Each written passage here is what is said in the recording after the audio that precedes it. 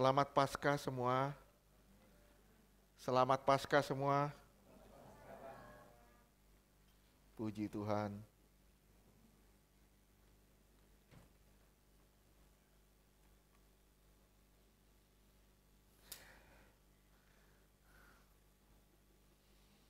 Kita udah tahu semua ya, kalau di Paskah ini kita pasti bicara soal kebangkitan. Iya betul, hari ini kita bicara soal kebangkitan. Jika saudara dan saya tidak mati, apa yang mau dibangkitkan? Apa yang mau dibangkitkan? Apa yang dibangkitkan dari kita kalau kita nggak pernah mati? Kita harus mati dulu dari semua keinginan. Kita harus mati dulu dari semua kedagingan. Baru kita bisa mengalami kebangkitan.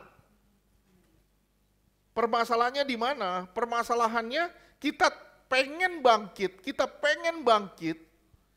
Tapi kita nggak pengen mati. Itu permasalahan yang dihadapi orang-orang Kristen hari ini. Pengen bangkit tapi nggak pengen mati. Ya nggak bisa. Jika saudara pingin bangkit, saudara harus mati dulu. Kita belajar sama-sama dalam Lukas 24 ada 3 kisah yang berbeda. 3 kisah yang berbeda dengan satu topik yang sama, yaitu kebangkitan Yesus. Saudara perhatiin baik-baik, di dalam Lukas 24 ada 3 kisah yang berbeda, tapi dalam satu topik yang sama, yaitu kebangkitan. Kita sama-sama lihat di Lukas 24, mulai dari ayat 1 sampai 12, ayat 1 sampai 12, itu terjadinya pagi-pagi benar, pagi-pagi buta. Pagi-pagi buta. Lukas 12, ayat 24 ayat 1 sampai 12, itu terjadinya pagi-pagi buta. Ini tentang para wanita atau perempuan-perempuan yang datang ke kubur dan hendak merempah-rempahi Yesus. Terus kemudian yang berikutnya di ayat 13 sampai dengan 35 itu terjadinya siang hari. Lukas 24 ayat 13 sampai 35 itu terjadinya siang hari. Yaitu dalam perjalanan 2 orang murid Yesus ke Emmaus.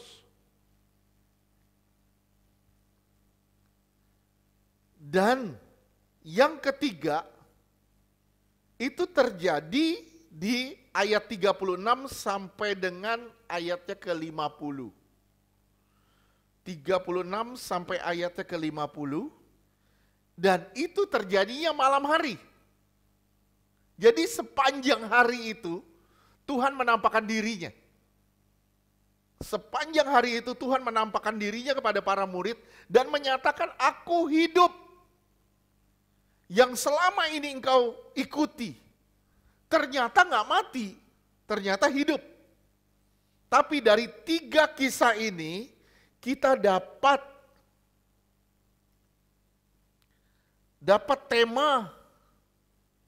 tema-tema penting yang muncul. Tema-tema penting yang muncul terus-menerus di dalam kisah ini. Dalam 3 kisah ini, sekali lagi saya ulang, ada tema-tema penting. Minimal ada 4 tema yang kita bahas. Ada 4 tema yang penting yang muncul secara terus-menerus di dalam 3 kisah ini. Saudara bisa lihat, tema yang pertama ini menyangkut perasaan. Menyangkut perasaan. Perasaan apa? Baik itu cinta, kecewa, kebingungan, juga ketakutan. Tema yang pertama yang diangkat oleh Lukas, oleh Injil Lukas ini adalah tema yang menyangkut perasaan. Baik itu cinta yang mendalam, kecewa, kebingungan. Saudara silakan lihat di Lukas 24 ayat 1 sampai dengan ke-4. Maaf Bu, tolong jangan diminum, habis.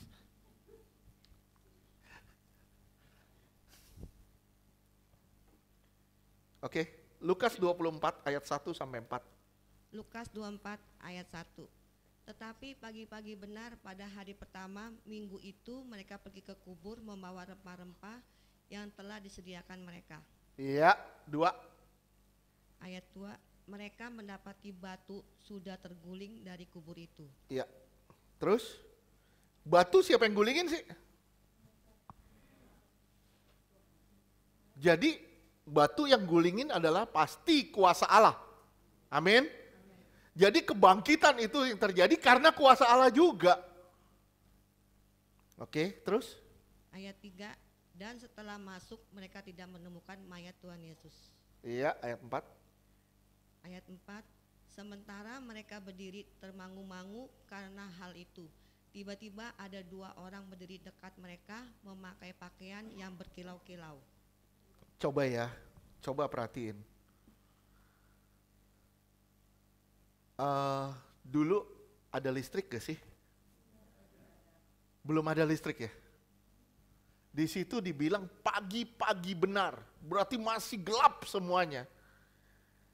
Ini perempuan lagi datang ke kubur untuk merempah-rempahi Yesus. Kenapa harus dirempah-rempahi pagi-pagi? Kenapa? Karena setelah Sabat. Jadi waktu Yesus disalib kan hari Jumat. Oke?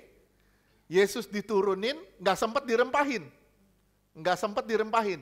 Makanya waktu perempuan yang mengurapi kepala Yesus, dari kepala sampai ke kaki, Yesus bilang apa? Dia melakukannya untuk aku. Karena nggak ada kesempatan untuk merempah-rempahi Yesus setelah dia wafat. Ngerti enggak? Ya. Saudara lihat, ini ekspresi yang pertama bisa kita bayangkan. Betapa beraninya perempuan-perempuan ini tanpa listrik. Dan semuanya cewek. Dan pergi ke kubur saat masih gelap. Sekarang rame.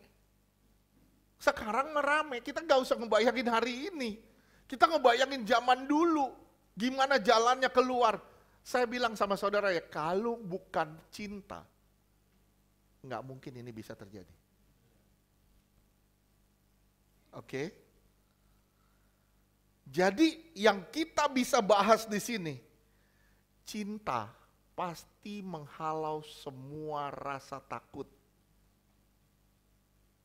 Coba saudara bayangin kalau saudara harus pergi misalnya lewatin kuburan, pagi-pagi jam 3, saudara harus ngelewatin kuburan. Apa yang saudara bikin? Saudara pasti nyanyi, dalam nama Yesus, dalam nama Yesus. Kucing itu melewat, dalam nama Yesus.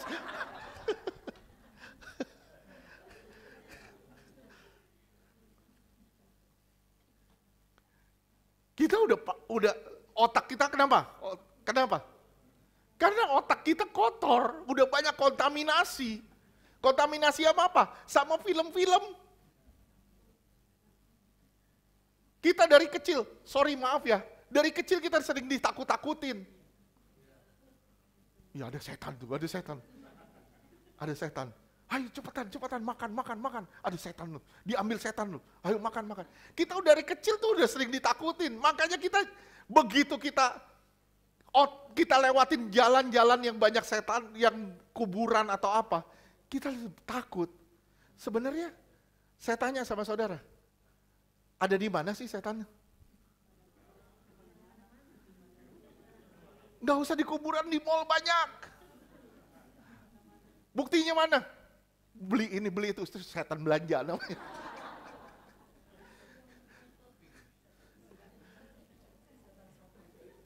Sore-sore pulang kerja, kebut-kebutan, itu setan jalanan namanya.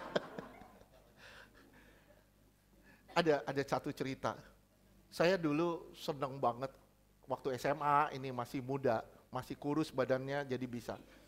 Saya seneng banget trek-trekan. Seneng, saya suka lewat di jalan itu Jiung itu di Kemayoran dulu.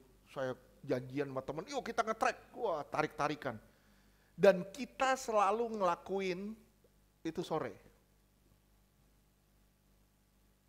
Kita bilang, teman-teman saya selalu bilang, siang aja, siang sepi katanya. Saya bilang, saya nggak mau siang. Kenapa? Kita kalah sama sales. Sales jauh lebih ngebut. Kenapa? Dia ngejar target. Ya itu setan jalanan tuh, kebut-kebutan aja kerjanya. Ya banyak setan di mana-mana. Di gereja juga suka ada loh. Buktinya apa?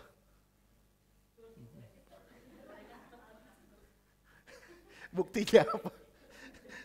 Makan kue gak bayar. Buktinya apa? Ngantuk. Waduh, dengar firman, waduh ngantuk. Wah itu kerjaan roh jahat itu udah pasti. Kita di mana-mana dibawa ngantuk. Di rumah tidur, sampai di angkot tidur lagi. Turun angkot bangun, sampai di gereja ibadah tidur lagi. Begitu persembahan tambah pules. Begitu pulang baru bangun. Seger lagi. Waduh ini banyak. Gak ada yang beres begini nih. Kalau sekarang banyak di gereja begitu. Orang mau nyembah aja males kok. Ya kan? Mau nyembah, aduh bosen gue nyembah mulu, nyembah terus, bosen. Kita nggak mikir, penyembahan itu sebenarnya sesuatu yang indah. Kalau saudara bisa ngeliat aja, kalau saudara bisa terbuka aja matanya, pada saat saudara menyembah apa yang terjadi sebenarnya. Saudara akan nikmatin penyembahan itu. Benar, saudara akan nikmatin penyembahan itu. Saya bilang sama saudara, kalau Maria ini nggak benar-benar cinta sama Tuhan, nggak mungkin terjadi ini. Dia nggak mungkin dah sampai bela-belain pagi-pagi buta, datang ke kubur Yesus untuk ngurapin. Pagi-pagi sepi, kalau nggak digerakin sama cinta yang besar, itu mustahil deh. Maria Magdalena ini dilepasin dari 7 roh di Lukas 8 ayat 2.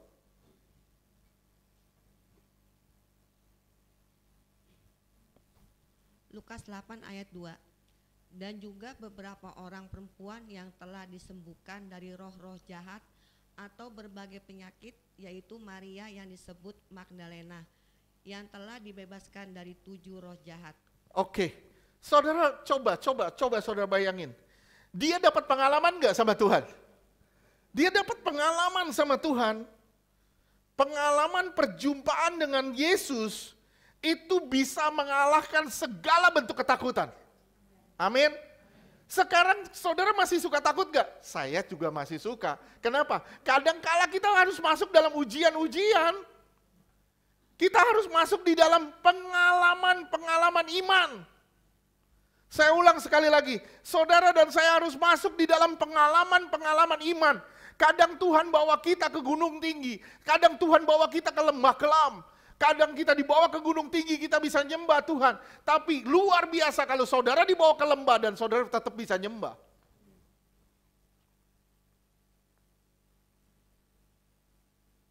Kadang kita dibawa pada kemenangan-kemenangan besar. Kadang kita dibawa pada satu kekalahan. Dan kita bilang, Tuhan kau di mana? Kita takut menghadapi segala sesuatu. Saya cuma bilang sama saudara, jangan pernah takut. Kenapa? Karena Tuhan menyiapkan satu pengalaman besar buat saudara. Dan pengalaman ini nggak bisa dibayar dengan apapun. Tujuannya apa? Tuhan lagi menarik saudara supaya jatuh cinta sama dia. Itu aja. Kalau saudara jatuh cinta sama dia, saudara pasti menyerahkan segala-galanya buat dia. Amin. Cinta pasti kalahkan segala bentuk ketakutan. Pengalaman perjumpaan saudara dengan Tuhan pasti akan mengalahkan segala bentuk ketakutan. Kita percaya loh kalau dia itu ada, dia itu nyata, dia itu hidup. Kenapa? Saya sampai bisa ngomong gini, saya percaya Tuhan ada, nyata dan hidup. Kenapa? Karena saya ngalamin di lembah. Tuhan kadang menarik saya lebih banyak ke lembahnya.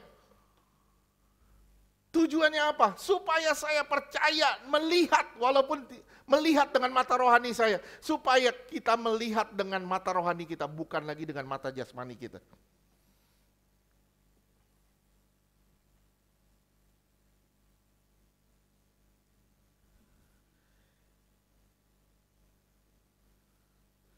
Cinta yang ada di kita itu ditujukan kepada siapa?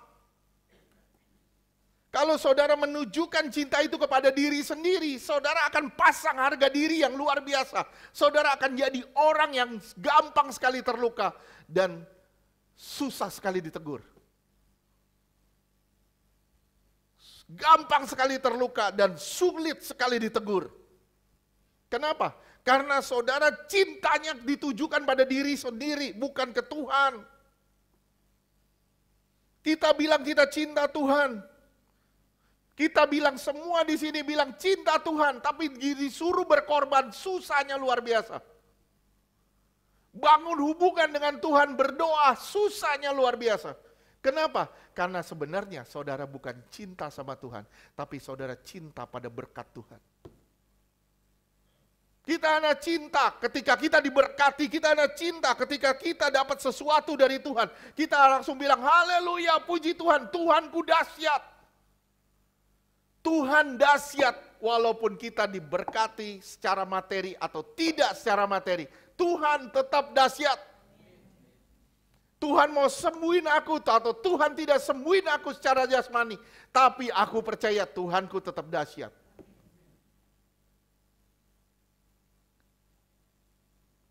Tuhan pasti punya rencana yang indah buat setiap persoalan-persoalan kita. Permasalahannya perempuan-perempuan ini, mereka jatuh cinta luar biasa sama Tuhan, sehingga semua rasa kecewa, semua rasa takut mereka hilang. Tapi luar biasanya mereka jadi kecewa. Kenapa? Karena mereka lihat Tuhan nggak ada di situ.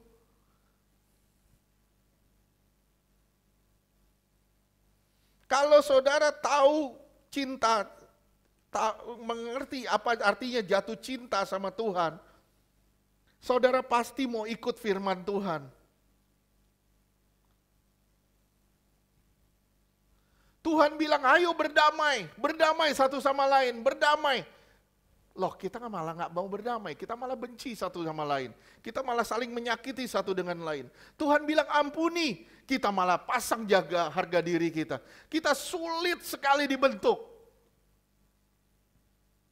Saya pernah bilang sama saudara, semakin keras engkau, semakin keras gempuran padamu.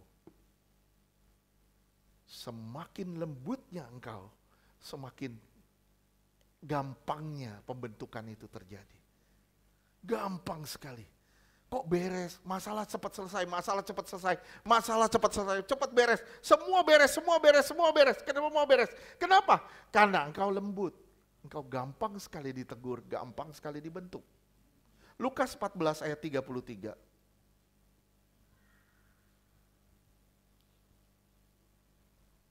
Lukas 14 ayat 33.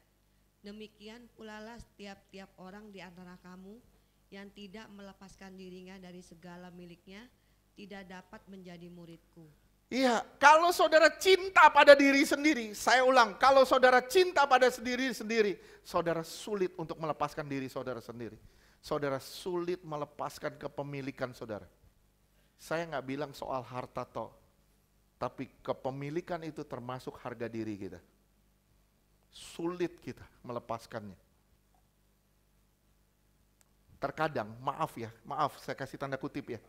Terkadang kita lebih gampang mengeluarkan uang atau menyerahkan harta daripada menyerahkan diri.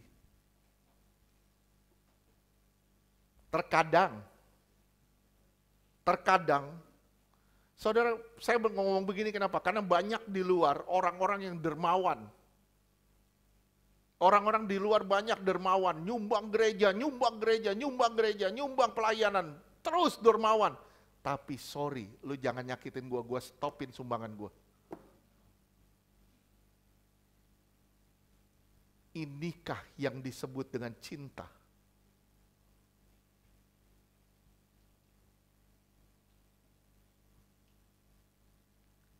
Gimana kita mau melepaskan segalanya ke buat Tuhan? Ketika cinta kita tujukan pada diri kita sendiri. Gimana ceritanya kita bisa melepaskan segalanya buat Tuhan? Ketika cinta kita tujukan pada diri kita sendiri. Satu hal yang luar biasa, saudara silakan saudara cerna ayat ini. Yohanes 12 ayatnya ketiga.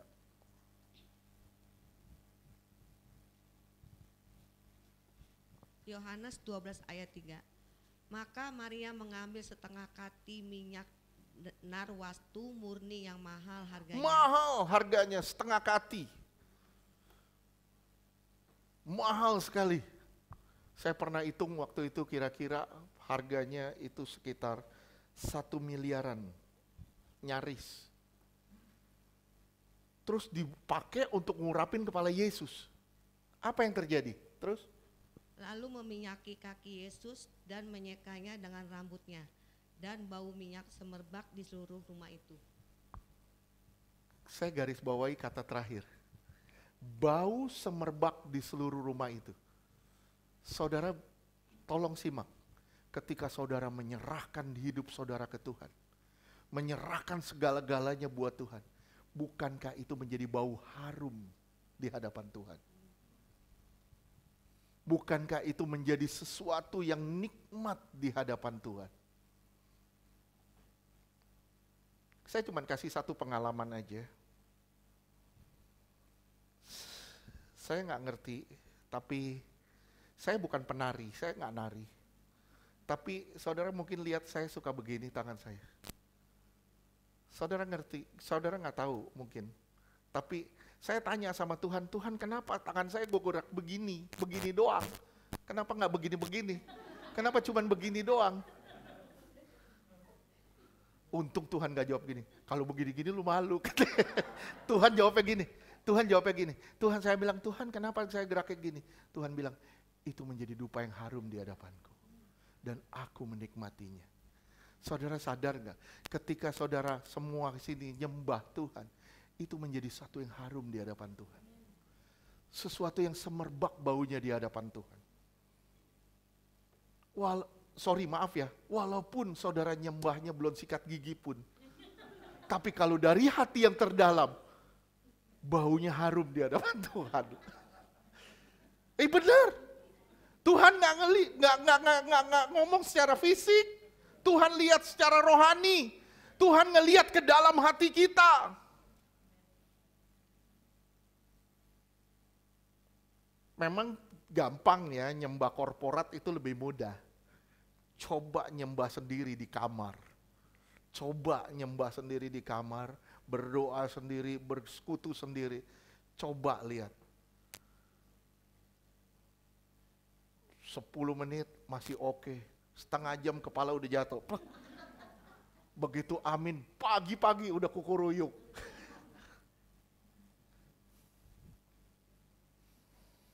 Lihat ya, lihat ini suatu hal yang luar biasa ketika saudara mempersembahkan yang terbaik buat Tuhan. Apa yang terjadi? Bau harum di hadapan Tuhan. Menjadi suatu bau harum di hadapan Tuhan. Semua buat Tuhan. Bukan saat saudara nyanyi aja. Gampang, nyanyi mah gampang, tinggal ngafalin teks. Mas perak dan permata tiada artinya. Coba copotin.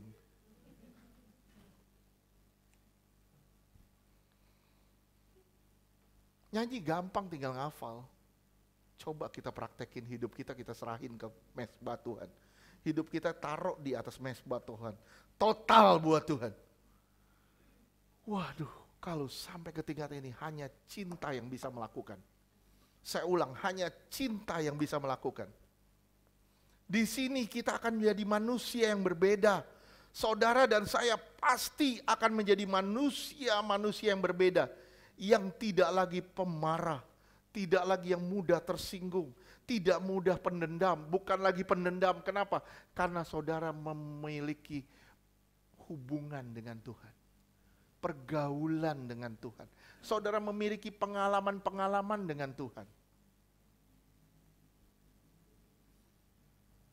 Misalnya saya pergi perang sama misalnya Prabowo, misalnya saya pergi perang. Saudara mau ngomong apa kejelekan-kejelekan tentang Prabowo misalnya, tapi saya mengenal dia. Pada saat perang saya ditolong sama dia, pada saat saya bermasalah saya diberi makan sama dia.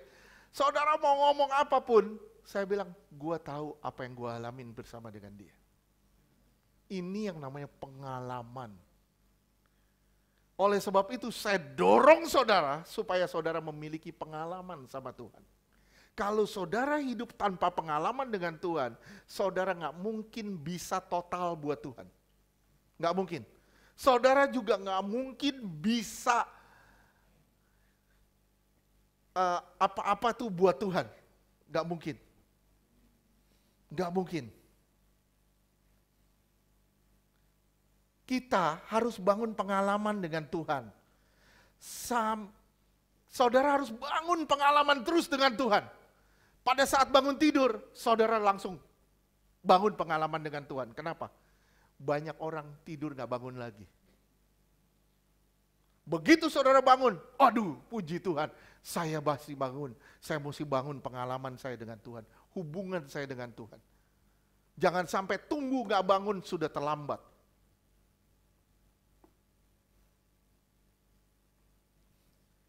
Rasa cinta itu harus ditujukan kepada Tuhan. Yohanes 20 ayat 11.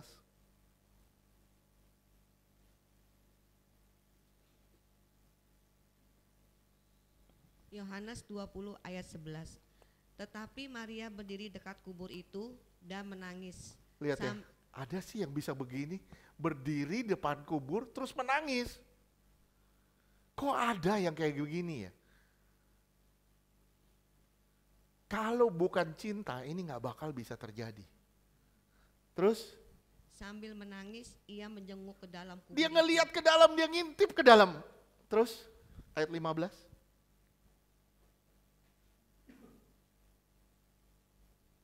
Ayat 15, kata Yesus kepadanya, Ibu, mengapa engkau menangis?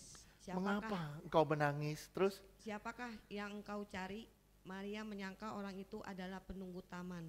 Lalu berkata kepadanya, Tuan, jikalau Tuan yang mengambil dia, katakanlah kepadaku di mana Tuan meletakkan dia, supaya aku dapat mengambilnya. Lihat ya, ini cuman bagi orang, ini seonggok tubuh yang sudah mati. Tapi bagi dia, ini adalah Tuhannya, cintanya, segala-galanya buat dia. Bagi orang tidak berarti, bagi orang Yesus itu gak berarti. Bagi orang Yesus itu gak ada apa-apanya, Yesus itu gak bangkit, Yesus itu gak mati. Bagi orang begitu, tapi bagi kita, Yesus itu apakah sudah menjadi segala-galanya buat saudara? Apakah Yesus sudah menjadi segala-galanya buat saudara? Sehingga saudara rela melakukan apapun buat Tuhan.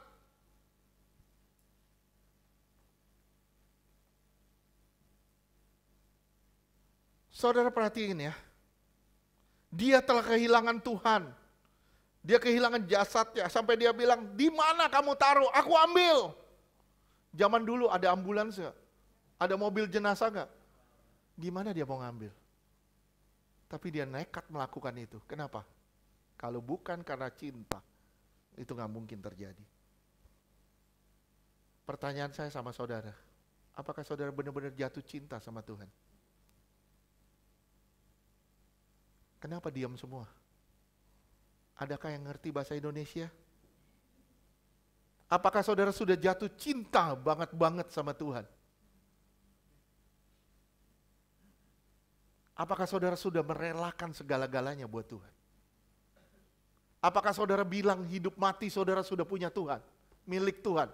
Saudara siap perlakukan apa aja?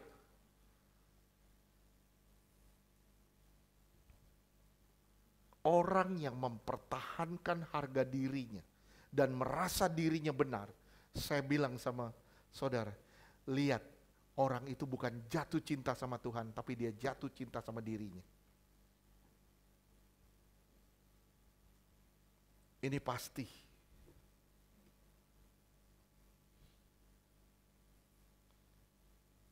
Tuhan seperti izinkan, kadang-kadang Tuhan seperti izinkan. Doa kita nggak dijawab. Sepertinya blank semuanya. Semuanya seperti nggak ada. Sepertinya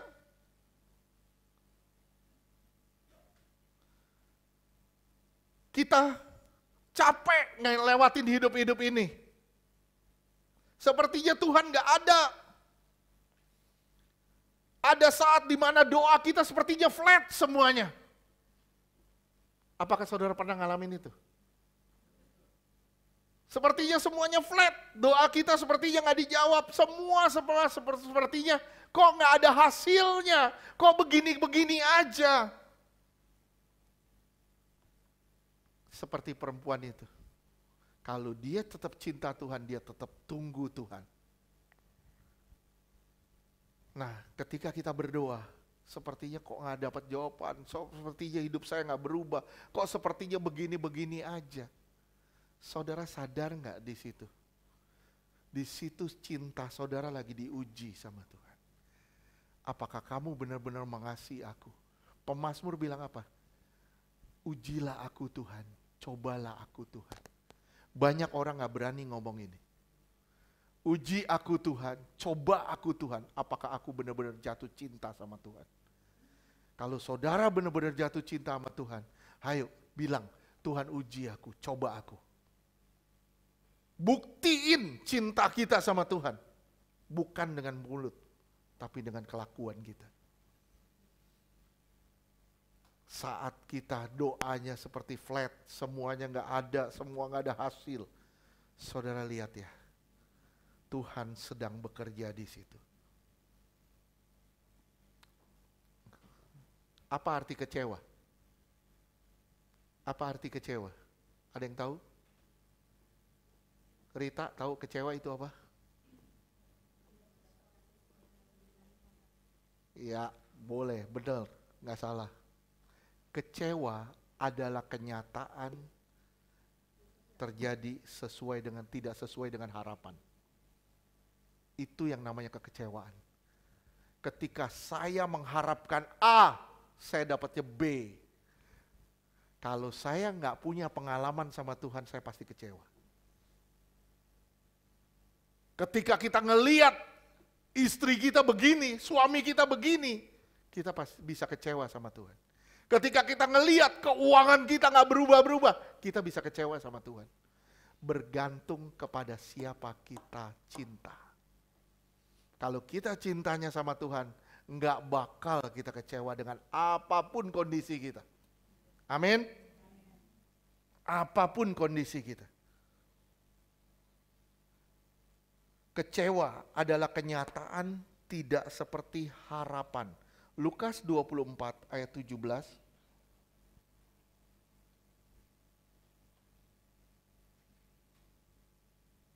Lukas 24 ayat 17.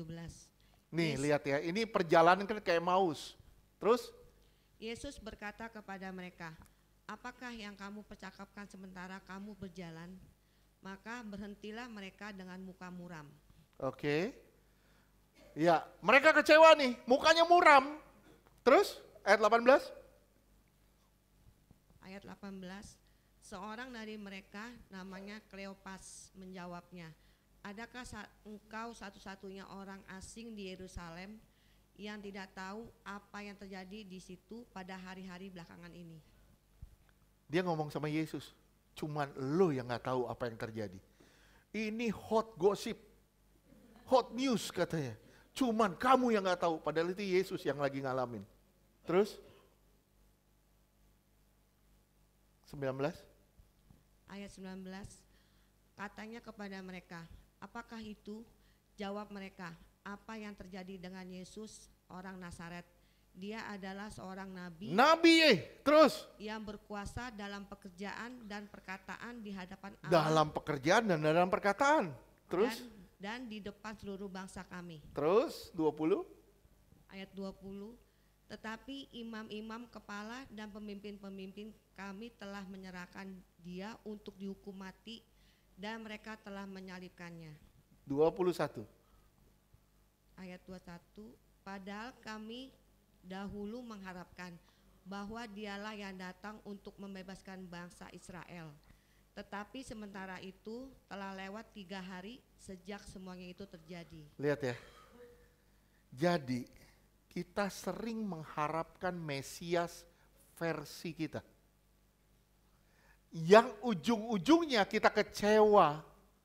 Kita mengharapkan Mesias versi kita. Yang membuat kita kecewa dengan keadaan.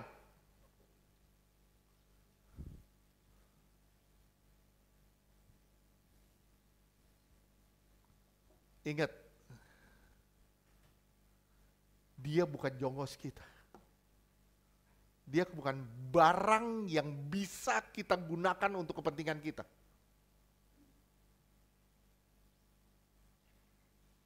Setuju gak? Saya tanya sama saudara. Saudara punya HP? Punya? Itu HP milik siapa? Milik saudara sendiri kan? Saudara berhak gak sama HP itu? Berhak. Jangan anggap Tuhan seperti HP. Ketika saudara punya Tuhan, saudara anggap Tuhan, saya berhak sama Tuhan. Saya berhak nuntut, minta A, minta B, minta C, minta D.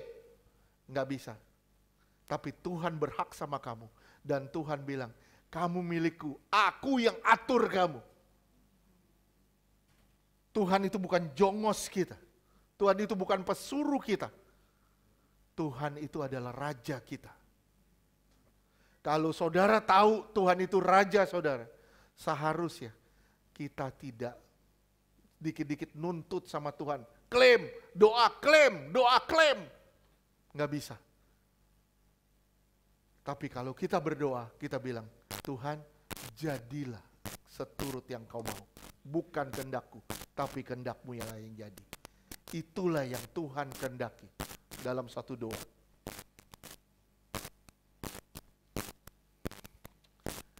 Orang-orang ini bingung, kenapa sih Yesus itu gua harapin jadi Mesias? Kenapa dia harus mati? Kenapa dia harus mati? Kita kadang, kita kadang mencari jawaban hal-hal yang sorgawi, yang di atas sana. Kita carinya di bawah, nggak bisa. Sama kayak misalnya rumah bocor, Rumah bocor, netes, tik, kita lihat jatuh di bawah, betul nggak? Nyarinya di mana? Nggak mungkin kita nyari di bawah, bocornya di mana? Oh ini saya tambel di bawah, di lantainya. Nggak mungkin itu error namanya. Kalau kita lihat bocornya di bawah, kita lihat ya ke atas. Semua masalah di sini, solusinya di sana. Saya ulang, semua masalah yang saudara hadapi, solusinya di sana.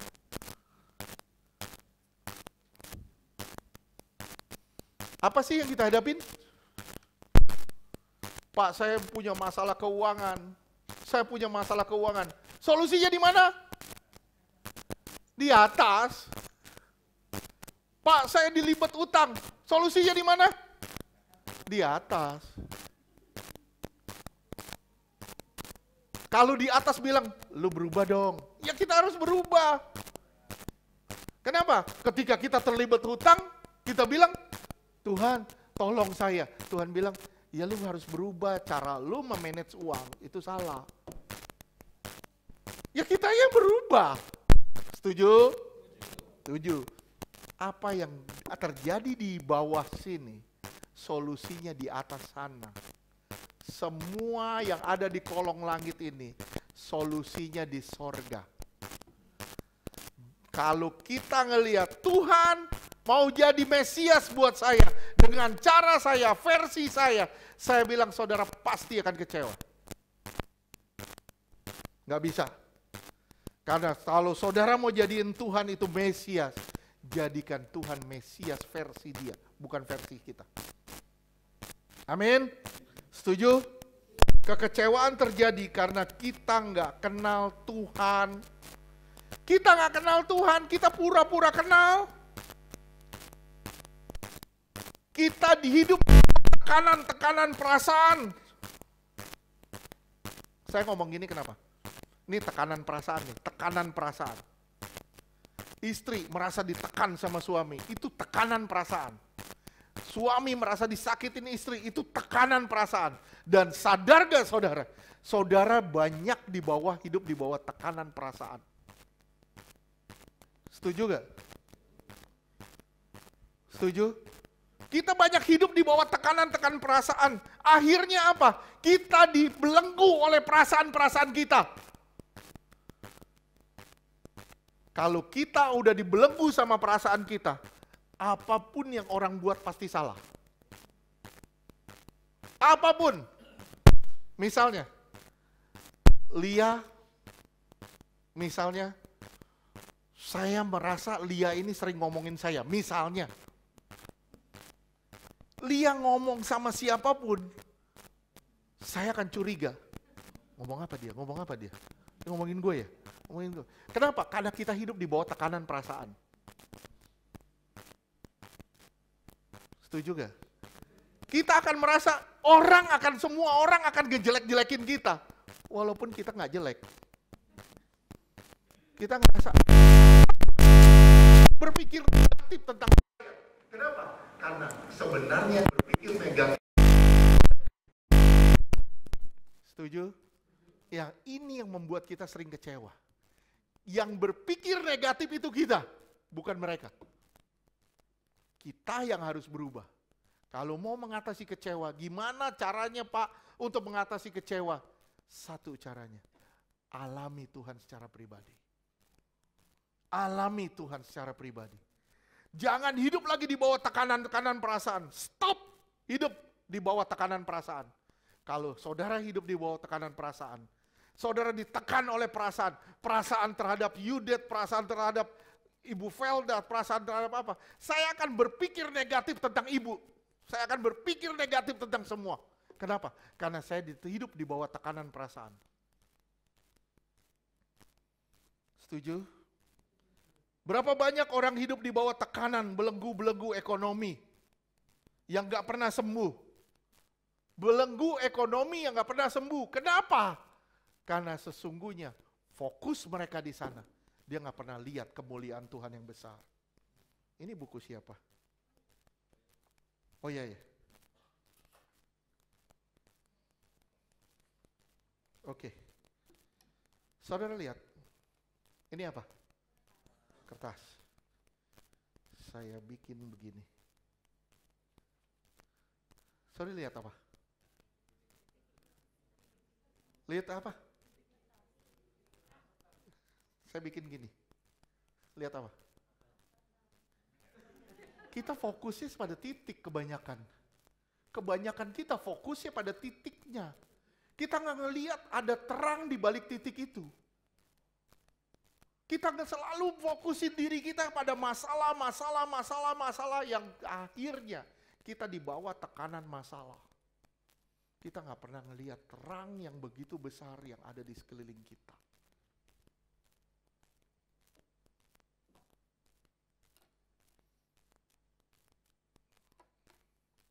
Kita fokus pada kesalahan si A, misalnya.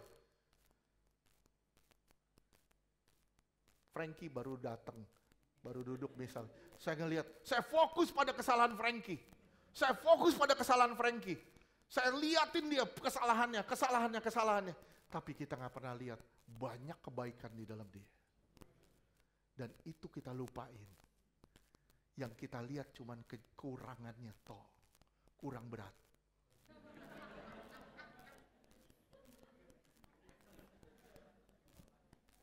Kita lihat kekurangannya toh, kita lihat kekurangannya. Kita nggak pernah lihat kelebihan orang. Dan inilah kesalahan yang kita alami. Inilah kesalahan yang kita lakukan. Kita fokus pada titik hitamnya. Kita nggak pernah lihat bagian putih yang banyak di sekelilingnya. Setuju? Nah, tema yang pertama itu menyangkut perasaan. Baik itu perasaan cinta, perasaan kecewa. Nah, kita nggak boleh hidup di bawah tekanan perasaan. Tapi kita hidup di bawah cinta terhadap Tuhan. Amin. Kalau kita cinta sama Tuhan, saudara pasti akan serahin segala-galanya buat Tuhan. Dan ketika saudara serahin segala-galanya buat Tuhan, itu menjadi dupa yang harum di hadapan Tuhan. Sekarang kita masuk tema yang kedua. Tema yang kedua, tidak mengenal Tuhan. Coba lihat, Yohanes 20 ayat 14.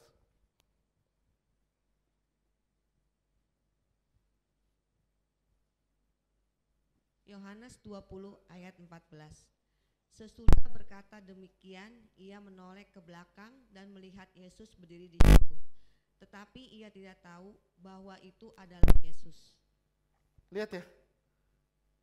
Dia nengok ke belakang, dia nggak tahu itu Yesus. Terus lihat lagi, ini Maria. Sekarang lihat lagi, Lukas 24 ayat 15 sampai 16. Ini perjalanan ke Emmaus. Lukas 24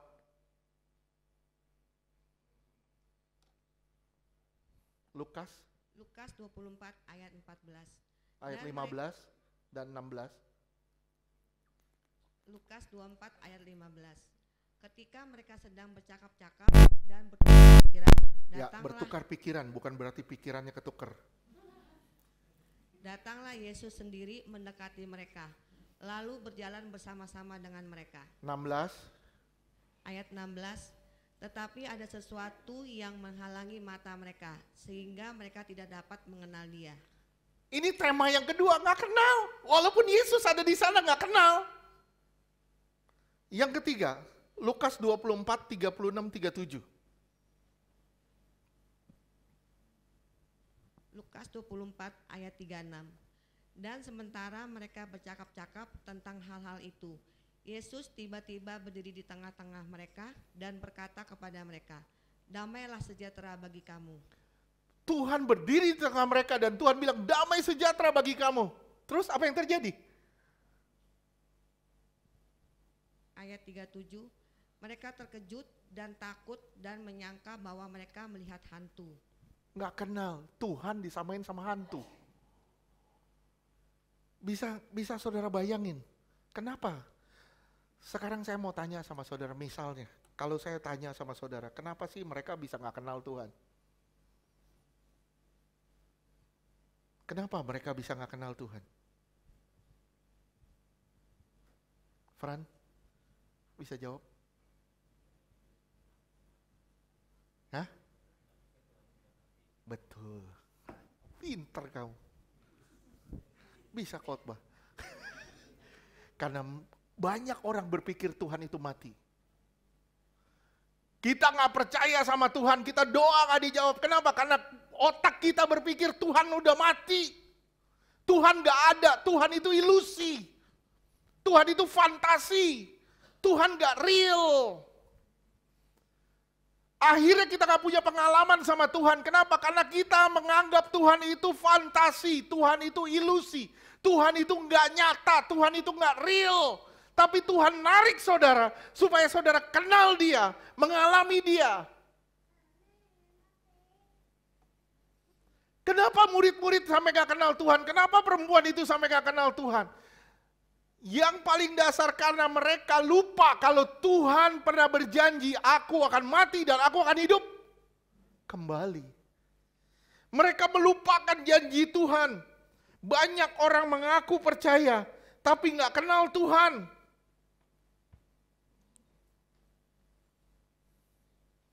Janji Tuhan kita lupain.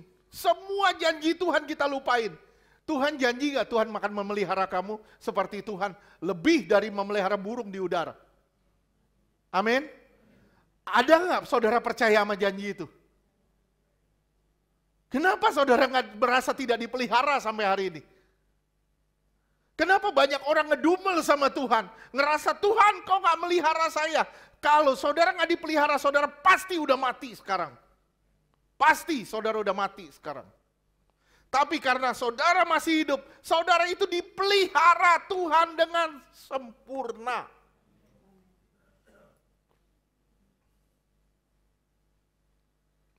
Kita terlalu ngelihat orang lain di sekitar kita jauh melebihi kita.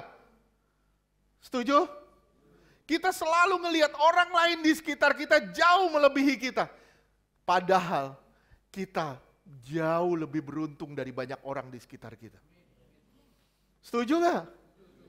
Kalau saudara ngelihat ke orang-orang yang berhasil, saudara akan bilang, Tuhan, Engkau di mana? Tapi coba lihat, misalnya, saudara masih punya rumah loh, saudara masih bisa berteduh loh, saudara masih punya kerjaan loh, saudara masih bisa hidup loh, saudara masih bisa makan loh sampai hari ini. Saya bilang, saudara lebih beruntung dari banyak orang di sekitar kita. Saudara masih bisa berjalan, saudara masih bisa berjalan aja. Masih bisa berjalan aja. Saya bilang, saudara jauh lebih beruntung dari banyak orang yang gak bisa jalan di sana. Saudara masih bisa napas. Saudara bilang, terima kasih Tuhan. Saya jauh lebih beruntung daripada orang yang harus bernafas dengan oksigen. Kita jauh lebih beruntung dari banyak orang di luar sana. Tapi kita punya standar yang membuat kita kecewa dan gak kenal Tuhan dengan benar.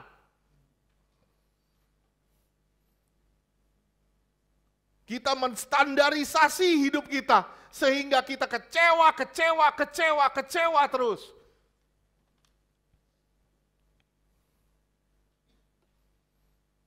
Kita lupa sama Tuhan janjinya apa. Tuhan pernah berjanji sama kita, burung di udara dipelihara, bunga bakung di ladang aku pelihara. Kamu melebihi itu. Bahkan Tuhan bilang, kamu lebih dari Salomo. Waduh, Salomo dengan segala kemegahannya. Tuhan bilang, kamu melebihi itu. Bisa bayangin gak indahnya janji Tuhan? Akhirnya apa? Kita gak dapat apa yang kita mau. Akhirnya kita bilang, Tuhan hanya PHP. Saya bilang, Tuhan gak bakal PHP-in kamu. Kamu yang PHP-in Tuhan. Saya ulang, Tuhan gak bakal PHP-in kamu.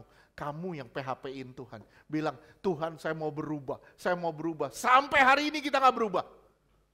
Tuhan saya mau lepas dari ikatan.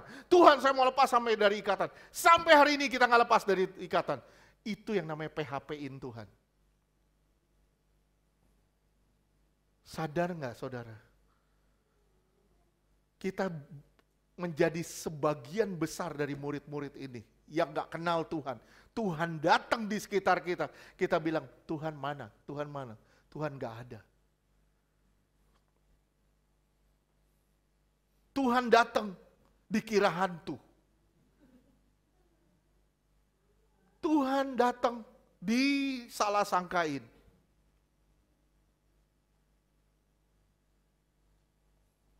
Ya, saya banyak dapat orang salah duga tentang kita. Akhirnya mereka bilang gini, itu serem di gereja Pak Ferdi pada nari-nari. Saya bilang, lu mau nari-nari? Kenapa? Karena Tuhan menikmati kok. Lu mau nyembah-nyembah. Kenapa? Karena Tuhan menikmati. Lu yang gak mau nikmatin ya terserah. Tapi jangan berkomentar tentang itu. Setuju? Jangan pernah berkomentar. Kenapa? Karena apa yang saudara lakukan, saudara berikan buat Tuhan. Kenapa kita berikan buat Tuhan yang berkomentar manusia? Bukankah ini aneh? Aneh gak? Rina berikan buat Tuhan. Yang komentar saya, Lina lu gak bener lu. Yang komentar saya, salah.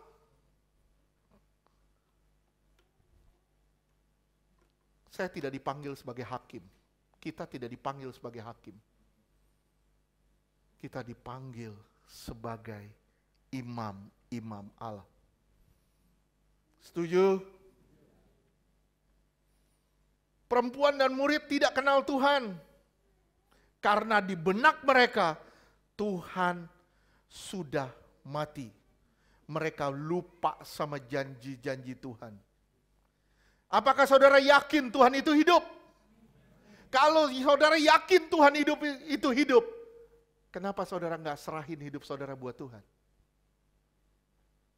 Kenapa saudara belum nyerahin hidup saudara buat Tuhan? Biar Tuhan yang ngatur saudara, biar Tuhan yang ngatur saudara, bukan saudara yang atur Tuhan. Roma 8 ayat 14.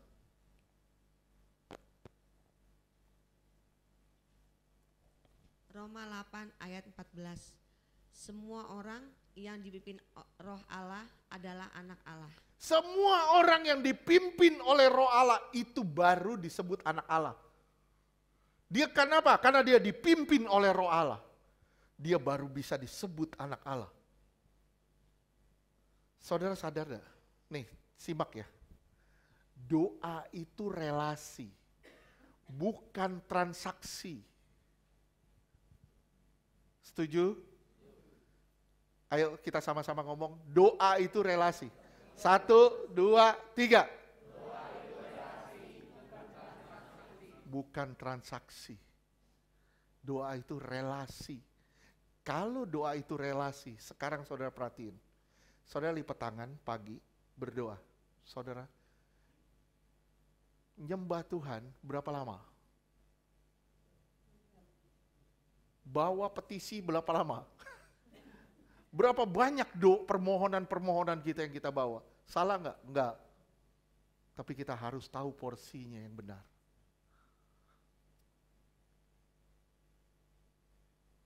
Akhirnya, kenapa? Karena kita terlalu banyak pergumulan. Akhirnya kita menjadikan doa itu sebagai transaksi, bukan sebagai relasi. Ya kita transaksi sama Tuhan. Di kamar kita bertransaksi sama Tuhan. Tuhan, jamah dia Tuhan. Sembuhkan dia Tuhan. Tuhan, dia yang nyakitin saya Tuhan. Bikin mulutnya mencong Tuhan. Kita transaksi terus sama Tuhan. Kita transaksi terus sama Tuhan.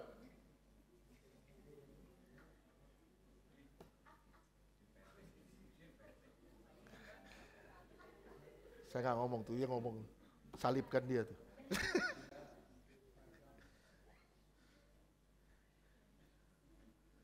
Lihat ya, berapa banyak orang kalau ngomong kebangkitan Tuhan, waduh, puyeng kepalanya langsung. Nggak masuk akal deh, gua masuk akal deh. Coba lihat Kisah Rasul 17 ayat 32. Tuhan itu mati, Yesus itu udah mati, dia bukan Tuhan. Makanya saya bilang, kayak bocor, jatuhnya ke bawah, lihatnya ke atas dong.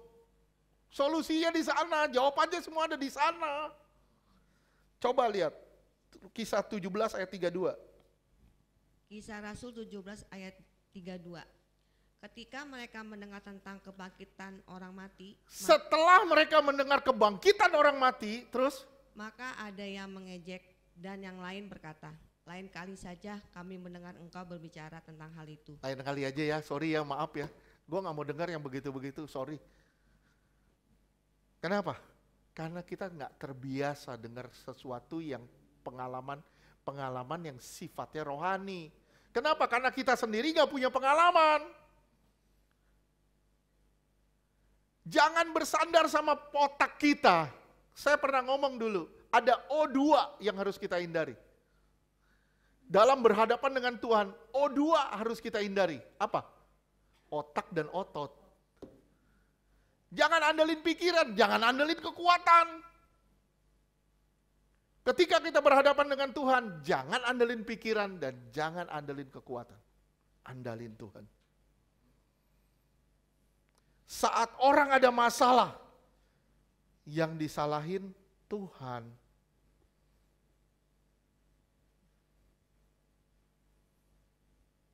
Masalah bisa buat kita tuduh orang sana sini. Yohanes 20 ayat 15. Lihat ya, masalah bisa membuat kita tuduh orang sana sini. Yohanes 20 ayat 15. Kata Yesus kepadanya, "Ibu, mengapa engkau menangis? Siapakah yang engkau cari?" Maria menyangka orang itu adalah penunggu taman. Lalu berkata kepadanya, "Tuan, jikalau Tuan yang mengambil dia, katakanlah kepadaku di mana Tuan meletakkan dia, supaya aku dapat mengambilnya." Lihat gak saudara, ada tuduhan di sini. Melihat gak ada tuduhan? Kenapa? Karena dia fokus sama masalahnya. Akhirnya dia nyalahin Tuhan, ngambil Tuhannya. Jelas gak? Kalau kita fokus sama masalah kita akan nyalahin orang-orang di sekitar kita. Ini gara-gara dia nih. Ini gara-gara dia nih perut gue buncit nih. Ini ada cerita nih. Saya ngobrol sama Martin bilang, ini gara-gara Pak Gembala nih. Gara-gara Pak Gembala nih. Gembalanya gendut, jemaatnya pada gendut. Saya bilang, yang makan lu, yang gue disalahin.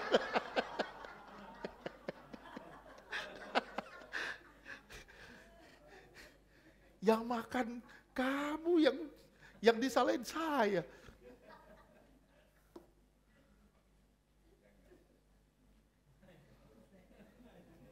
Iya. Pak Yogo nggak bakal nyalain saya. Beda lah. Masa sama saya sama dia. Dia gemuk, saya buncit. Beda.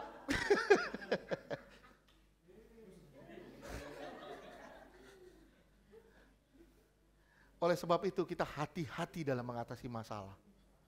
Jangan pernah fokus sama masalah. Dan percaya Tuhan itu hidup. Amin. Jangan pernah nyalain orang. Stop, berhenti nyalain orang. Lihat, koreksi diri kita sendiri. Koreksi diri kita sendiri.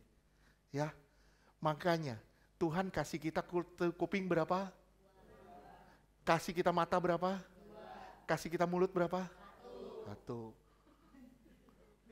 Ya. Hidung. Tuhan kasih kita telinga 2 supaya kita gampang mendengar. Tuhan kasih kita mata 2 supaya kita melihat. Tuhan kasih kita mulut 1 supaya kita jarang berbicara. Jangan berbicara yang negatif. Hati-hati dalam bicara. Hati-hati dalam berbicara. Makanya orang yang banyak ngomongin orang itu disebut banyak mulut. Padahal mulutnya mah 1, ngomongnya banyak. Si ini diomongin, si ini diomongin, si ini diomongin. Ntar ketemu Bu Maya, ketemu Bu Maya diomongin. Ketemu Bu Yeti diomongin. Kenapa? Mulutnya terlalu banyak. Stoplah kita begitu. Amin. Kita harus memberi semangat buat orang lain. Amin. Oke, kita ngelihat Tuhan itu ada. Tuhan itu nyata, Tuhan itu hidup, Tuhan gak mati. Dan kita percaya sama janjinya. Saudara, saya rindu, saudara benar-benar belajar kebenaran. Punya pergaulan dengan Tuhan, punya hubungan dengan Tuhan. Mata yang tertuju pada Tuhan, bukan pada masalah. Saudara percaya sama janji-janji Tuhan, pegang janji Tuhan. Saya percaya saudara pasti akan lihat kemuliaan Tuhan. Saudara pasti akan kalau saudara lupa sama Tuhan, lupa sama janji Tuhan, saudara pasti hidup dalam ketakutan, kekhawatiran. Bagaimana keadaan kita hari ini? Bagaimana sih kenal sampai murid-murid bisa kenal Tuhan?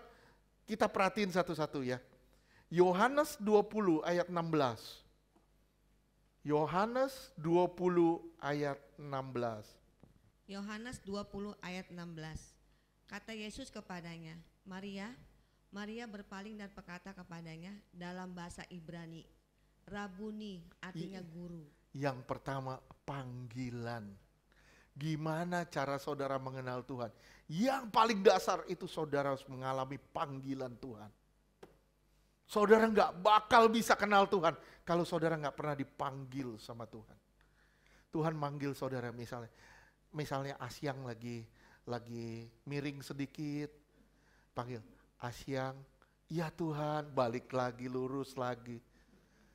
Itu namanya pengalaman. Kita harus buka telinga kita untuk mendengar suara Tuhan. Kalau saudara nggak pernah izinkan Tuhan bicara, saudara terus bicara, Tuhan bilang, lu banyak mulut lu. Ya, lihat ya. Bagaimana caranya kita bisa mengenal Tuhan? Yang pertama, panggilan. Yang kedua, Lukas 24 ayatnya ke-30.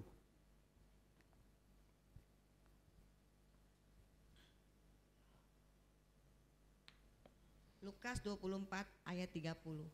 Waktu ia duduk makan dengan mereka, ia mengambil roti dan mengucap berkat, lalu memecah-mecahkannya dan memberikannya kepada mereka. 31. Ayat 31, ketika itu terbukalah mata mereka dan mereka pun mengenal dia, tetapi ia lenyap dari tengah-tengah mereka. Yang pertama apa? Panggilan. Yang kedua, persekutuan. Udah salah kenceng lagi. Yang pertama panggilan. Roti, memecahkan roti itu tanda persekutuan. Yang pertama saudara dipanggil. Yang kedua bersekutu. Kalau saudara sudah dipanggil, saudara dipanggil, saudara nggak bangun persekutuan, tetap saudara nggak bakal kenal. Setuju gak? Setuju. Saudara dipanggil, saudara bersekutu sama Tuhan. Baru saudara bisa kenal Tuhan. Yang ketiga, ayat 39.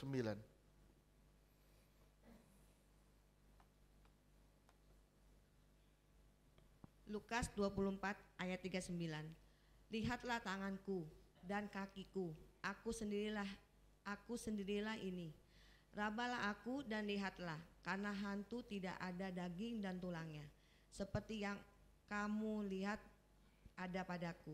Ya, gimana cara kenal Tuhan? Yang pertama, panggilan. Yang kedua, persekutuan. Yang ketiga, pengalaman. Kita dipanggil, kita bersekutu, tapi saudara nggak punya pengalaman rohani. Saudara menghindari pembentukan, menghindari didikan. Saya bilang sama saudara, saudara tidak pernah akan kenal Tuhan. Nggak akan pernah kenal Tuhan. Saudara mau kenal Tuhan? Saudara sudah dipanggil. Saudara bersekutu gak sama Tuhan? 3, saudara punya pengalaman gak sama Tuhan? Kalau saudara punya pengalaman sama Tuhan, saudara pasti bilang, gua kenal Tuhan gua. Gak mungkin dia tinggalin gua. Gak mungkin dia biarin gua sendirian. Gak mungkin, gua kenal dia. Gak mungkin dia bikin gua sampai dihina. Gak mungkin gua sampai terlambat. Gak mungkin, Tuhan gua pasti tepat pada waktunya. Kalau saudara percaya begitu, saudara kenal Tuhan dan saudara pasti akan mengalami Tuhan. Beri kemuliaan dong buat Tuhan.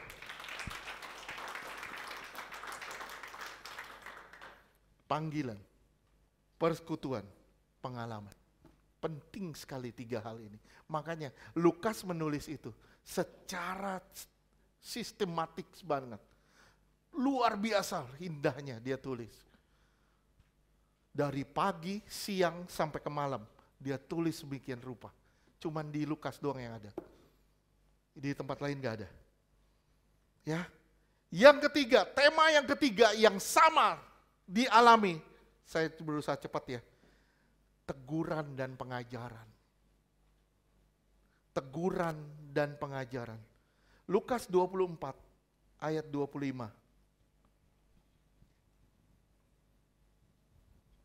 Lukas 24 ayat 25. Lalu ia berkata kepada mereka, hai kamu orang bodoh, betapa lambannya hatimu, sehingga kamu tidak percaya segala sesuatu yang telah dikatakan para nabi. Ya, bodoh itu seharusnya lambannya otak ya kan? Ya, tapi Tuhan bilang hati.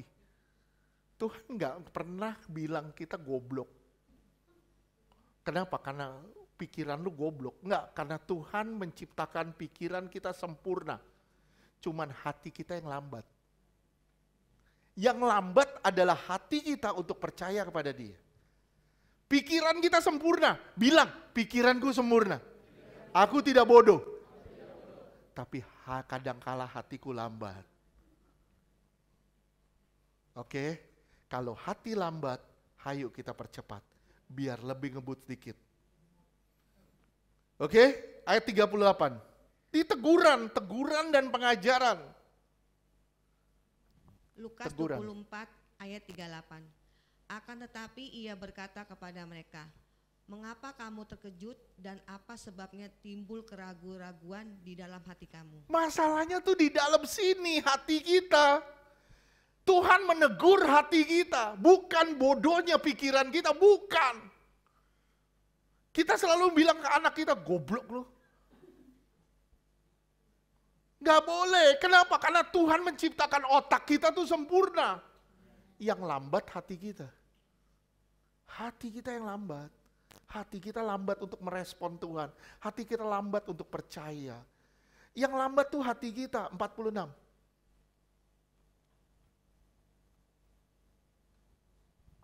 Lukas 24 ayat 46.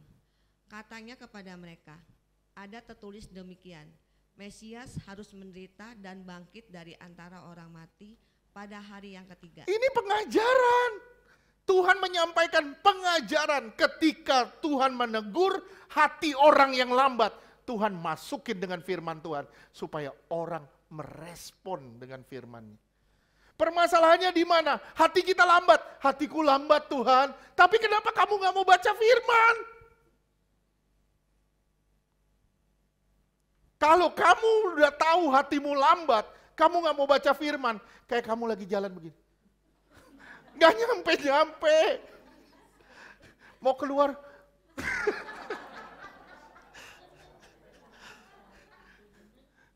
Kenapa? Karena kamu gak mau baca firman. Lambat, bukan otaknya, hatinya. Paham? Jadi ada nggak orang yang goblok? Pikirannya? Nggak ada, cuman hatinya lambat ada. Setuju? Oke, yang keempat, langsung kita cepat sedikit. Tema yang keempat, tema pertama perasaan. Tema yang kedua yang dibahas di Lukas adalah tidak mengenal. Tema yang ketiga teguran dan pengajaran.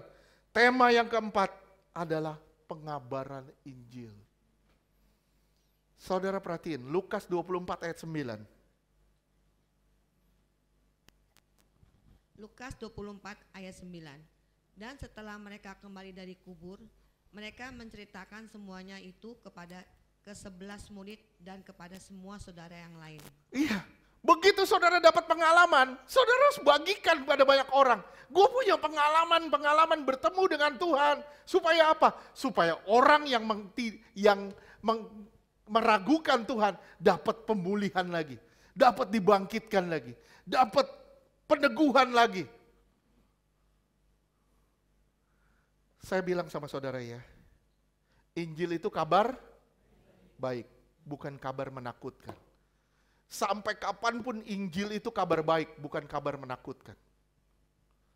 Kita fokus pada penghukuman. Kalau kita fokus pada penghukuman, kita lupa sebenarnya Injil mengabarkan kabar yang baik buat kita. Kamu lepas dari hukuman. Kamu bebas dari hukuman. Kenapa? Karena Tuhan telah datang mati buat kamu. Hayo kita kabarin kabar baik ini buat banyak orang. Gimana caranya Pak? Saya nggak fasih bicara. Kalau kamu nggak fasih bicara, kamu pasti fasih bergerak. Selama kamu fasih bergerak, kamu bisa jadi saksi Tuhan dimanapun kamu berada. Tunjukin kalau kamu adalah orang-orang sorgawi yang bergerak berdasarkan kehendak Tuhan. Yang hidupnya jadi berkat bagi banyak orang. Beri kemuliaan buat Tuhan. Ayat 32. Kabarin Injil. Nih, setelah Maria berjumpa dengan Tuhan, dia langsung kabarin, Tuhan bangkit, Tuhan bangkit, Tuhan bangkit. Terus, 32. Lukas 24 ayat 32. Kata mereka seorang kepada yang lain, bukankah hatimu kita berkobar-kobar ketika ia berbicara dengan kita di tengah jalan dan ketika ia menerangkan kitab suci kepada kita. Ya, ketika Tuhan mengajar kitab suci, kita berkobar-kobar untuk jadi berkat bagi orang lain, untuk mengabarkan kabar baik ini. Sekali lagi saya bilang, Injil itu kabar baik, artinya good news. Injil itu artinya good news, bukan bad news. Kabar baiknya apa? Tuhan telah mati buat kita, Tuhan telah menebus kita, dan Tuhan telah bangkit bagi kita, supaya kita hidup dan mengalahkan maut. Amin. Jadilah saksi Tuhan dimanapun kamu berada. Dengan cara apa, Pak? Dengan cara tidak hidup seperti orang dunia. Ya, kalau kamu hidup seperti orang dunia, kamu sama gak bisa jadi saksi. Ayat 49. Lukas 24 ayat 49. Dan aku akan mengirim kepadamu apa yang dijanjikan kepada Bapakku. Tetapi kamu harus tinggal di dalam kota ini sampai kamu diperlengkapi dengan kekuasaan dari tempat tinggi. Lihat, Tuhan mendorong murid-muridnya apa? Supaya mereka menjadi saksi sampai kamu dilengkapi dengan Roh Kudus. Sekarang saudara sudah dilengkapi Roh Kudus belum? Sudah belum? Haruslah jadi saksi dimanapun saudara berada. Hiduplah jadi berkat bagi orang lain. Inilah tema kebangkitan hari ini. Kita belajar gimana perasaan kita. Apakah saudara sudah jatuh cinta sama Tuhan? Apakah saudara mengenal Tuhan? Apakah saudara mengalami teguran-teguran dari Tuhan? Punya pengalaman dengan Tuhan? Saudara simak pengajaran-pengajaran Tuhan? Dan setelah itu, apakah saudara sudah menjadi membawa kabar baik bagi banyak orang? Amin. Tuhan berkati. Selamat Paskah buat semuanya, Tuhan berkati.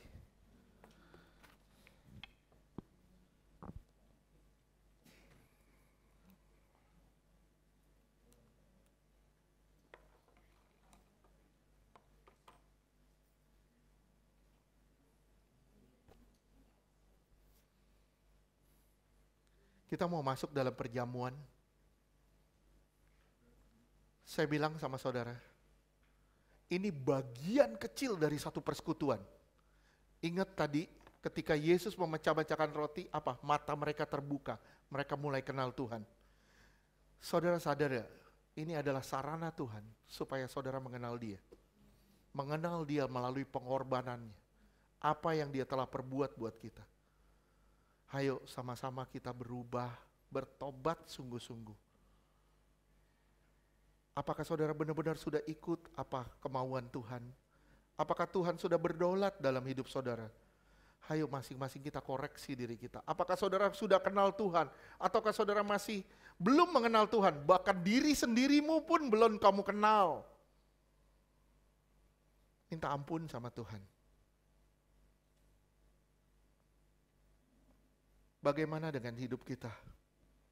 Apakah kita menjadi berkat bagi banyak orang? Apakah kita menjadi batu sandungan bagi orang lain?